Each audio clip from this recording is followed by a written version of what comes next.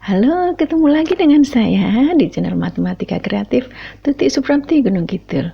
Kali ini kita akan membahas tentang mengenal bilangan berpangkat bulat positif. Dari Gunung Kidul, kota yang terkenal dengan wisatanya, saya sampaikan salam bilangan berpangkat. Hidup itu harus bermanfaat.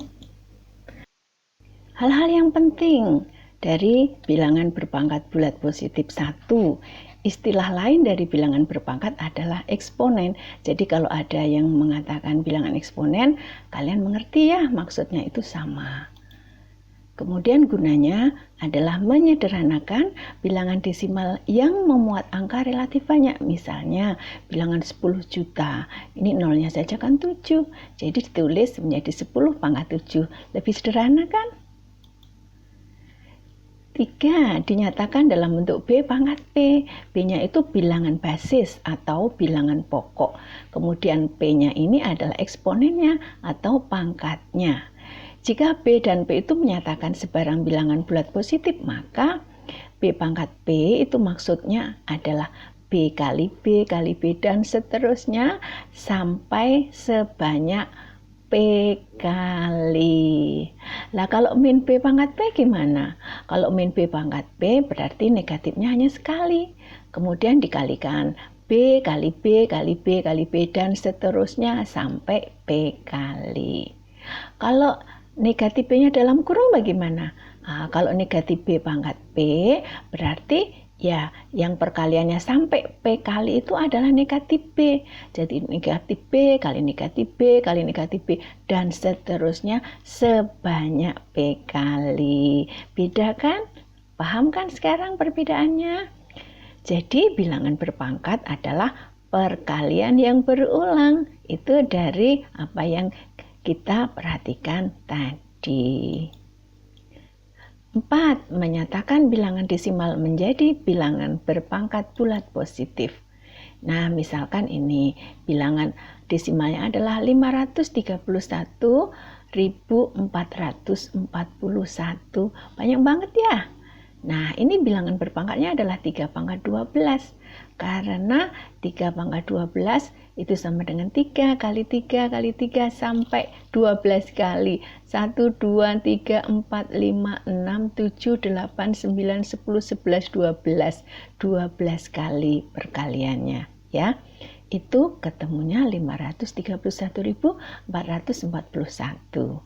Kemudian kalau bilangan desimalnya 9 juta, berarti 9 kali 10 pangkat 6. 10 pangkat 6 ya, 9 sendiri, kemudian 10 pangkat 6-nya, 10 kali 10, 1, 2, 3, 4, 5, 6, 6 kali.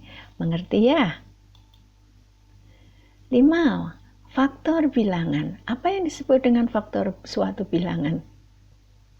Nah, bilangan bulat A itu dikatakan faktor dari bilangan bulat B jika ada bilangan N sedemikian sehingga A kali N itu sama dengan B. Nah, contohnya 4 itu merupakan faktor dari 20 karena ada bilangan 5 sedemikian sehingga 4 kali 5 itu sama dengan 20. Nah, 6. Cara mengubah bilangan desimal ke bilangan berpangkat adalah dengan membagi bilangan tersebut secara berulang-ulang. Misalkannya ya, nanti akan saya berikan bilangan desimalnya.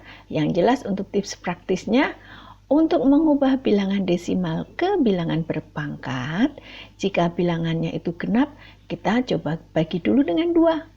Tetapi jika bilangannya ganjil, coba dibagi dengan 3, kalau nggak bisa bagi dengan 5, kalau nggak bisa dengan 7, dan seterusnya sampai ketemu bilangan yang bisa untuk membagi habis.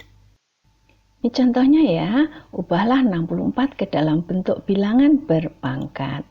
64 ini adalah bilangan genap, jadi kita bagi dulu dengan 2. 64 dibagi 2, 32. Dibagi 2, 16. Dibagi 2, 8. Dibagi 2, 4. Dibagi 2, 2. Dibagi 2, 1. 1, 2, 3, 4, 5, 6. Jadi 64 itu adalah 2 pangkat 6. ubahlah 625 ke dalam bentuk bilangan berpangkat. 625 ini bilangan ganjil, jadi kita coba bagi dengan 3. Oh, nggak bisa. Kalau begitu dengan bilangan ganjil berikutnya, yaitu 5. 625 bagi 5, 125. Dibagi 5, 25. Dibagi 5, dapat 5. Dibagi 5, dapatnya 1. Jadi 625 itu sama dengan 5 pangkat 1, 2, 3, 4 pangkat 4. Paham kan? Nah, yang ketujuh, membandingkan bilangan berpangkat besar. Untuk membandingkan dua bilangan berpangkat, caranya adalah mengubah bilangan-bilangan tersebut ke dalam bentuk desimal.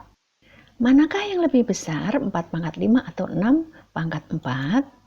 Nah, kita ubah dulu masing-masing ke bilangan bentuk desimal. Jadi 4 pangkat 5 berarti 4 kali 4 kali 4 kali 4 kali 4, 1, 2, 3, 4, 5, sampai 5 kali. Ketemunya 1024.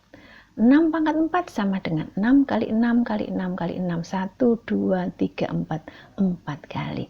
Ketemunya 1296. Nah, dari hal di atas nampak bahwa 6 pangkat 4 ternyata lebih banyak dibanding 4 pangkat 5. Nah, untuk bilangan-bilangan yang terlalu besar untuk dihitung, kita gunakan polanya untuk menentukan mana bilangan yang lebih besar. Contohnya adalah mana yang lebih besar, 10 pangkat 8 atau 8 pangkat 10. Kita misalkan saja dengan pola ya, 3 pangkat 5 dengan 5 pangkat 3. 10 dengan 8 kan selisihnya 2. Jadi kita ambil bilangan ganjil coba yang selisihnya juga 2, pangkat dengan bilangan pokoknya. 3 pangkat 5 sama dengan 3 kali 3 kali 3 kali 3 kali 3. 1, 2, 3, 4, 5. 5 kali. Ketemunya adalah 243. Kemudian 5 pangkat 3. 5 kali 5 kali 5. Ketemu 125. Ternyata 3 pangkat 5 ini lebih besar dari 5 pangkat 3. Coba ya, kita kerjakan untuk yang bilangan genap. 4 pangkat 6 dengan 6 pangkat 4. 4 pangkat 6 berapa? 4 kali 4 kali 4 kali 4 kali 4 kali 4. 1, 2, 3, 4, 5, 6. 6 kali. Ketemunya adalah 4096. Kemudian 6 pangkat 4. 6 kali 6 kali 6 kali 6. Ketemu 1296. Ternyata, kalian perhatikan ya, 4 pangkat 6 ini lebih besar nilainya dibanding 6 pangkat 4. Dari pola di atas kita bisa menyimpulkan bahwa 8 pangkat 10 dari 10 pangkat 8 yang harus ngitung kamu, harus menyimpulkan kamu ya. Bisa kan? Bisa. Sifat-sifat perkalian bilangan berpangkat. Jika M, N bilangan bulat positif dan P bilangan bulat, maka P pangkat M kalikan P pangkat N sama dengan P kalikan P kalikan P dan seterusnya sampai M faktor pangkatnya ini dikalikan P kali P kali P dan selanjutnya sampai N faktor pangkatnya ini. Sehingga itu sama dengan P kalikan P kalikan P seterusnya sampai M tambah N faktor. Jadi P pangkat M kalikan P pangkat N itu sama dengan P pangkat M tambah N. Contohnya ya, kita misalkan 3 pangkat 5 dikalikan 3 pangkat 3. Nah, ini 3 pangkat 5. 3 kali 3 kali 3 kali 3 kali 3 sebanyak 5 faktor atau 5 kali. Kemudian 3 pangkat 3. 3 kali 3 kali 3 sebanyak 3 faktor atau 3 kali.